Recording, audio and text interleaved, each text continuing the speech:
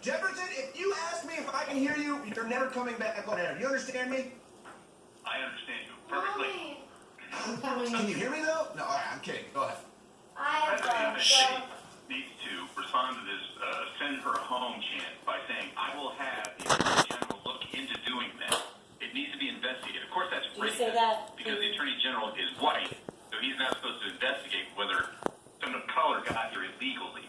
But he needs to say, in 48 hours, I want Pompeo and Christopher Wray at the FBI and Bill Barr to give me a report on my death about whether this accusation is true, and we'll move on from there. If it's true, I have to enforce the Constitution and the law. That's my job. Now, as far as you can tell, I mean, the claim to me is that she came here illegally. I mean, she came here through the refugee status. But the claim to me that is illegal here is that she married her brother to get him here illegally, and then filed falsely on tax reports about the marriages because she used the cultural marriage and not the legal marriage, and then flip-flopped. I mean, that's what the documents show. But what is it? It's like, we have the documents. There's enough to say, hey, well, let's have an investigation. What, nobody wants to investigate because she wears a headscarf?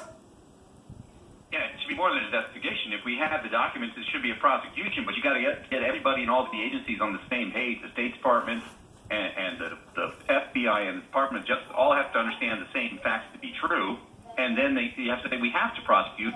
We can't not prosecute, even though there's a racial issue here. It doesn't mean she's not guilty if all these things are factual. Here's my other question. Did you say that Brad Parscale went full Marco Rubio on you and denied knowing about InfoWars and Alex Jones? Yes. Well, I mean, Marco even admitted he lied about that, and he had sworn to God. So that's a sad thing that he would swear to God saying he doesn't even remember or know who Alex Jones is. But for Parscale to say that as well is very disturbing. It doesn't make any sense that they're all playing ignorant on this. Well, and that was kind of my thing, because I'm not trying to... I mean, Parscale I don't think is my enemy, but this is the social media guru, the head of the social media team, now the Trump campaign manager, doesn't even know who Alex Jones is, doesn't even know about InfoWars. It's like, dude, what the hell are you doing? It's impossible to believe that's true. Dan Scavino certainly knows who Alex Jones and InfoWars are, and there's no way that Parscale is unaware. It just means they're up to no good in some way when it comes to advising the president if they're going to claim these things that are so outlandishly false. It can't be believed. They hate the fact that we don't have shackles on our minds and our mouths. That's really what it is. I doubt Brad Parscale never heard of Alex Jones or InfoWars. He probably lied about that. I don't know why he would. I don't know how he couldn't. It's either he's incompetent and doesn't do his job well, or he lied about it. So you can figure for yourself, but it's just like, here's the thing too. InfoWars and Alex Jones changed the media. Period. Nobody used social media like InfoWars did politically to influence people and influence politics and influence the world. That's what they hated. That's why they hate InfoWars so much. Agreed. But the funny thing is that it seems like the president is sort of malfunctioning because he's being misadvised all the time about what he can and can't do.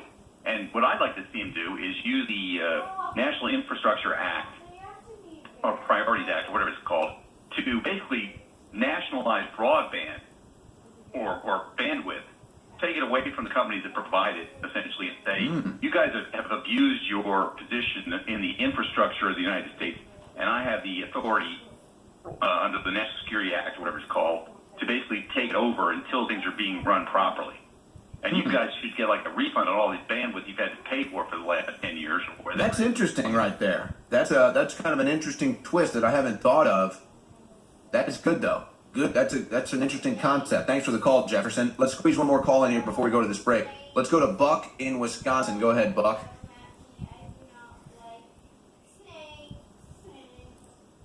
Oh, Buck.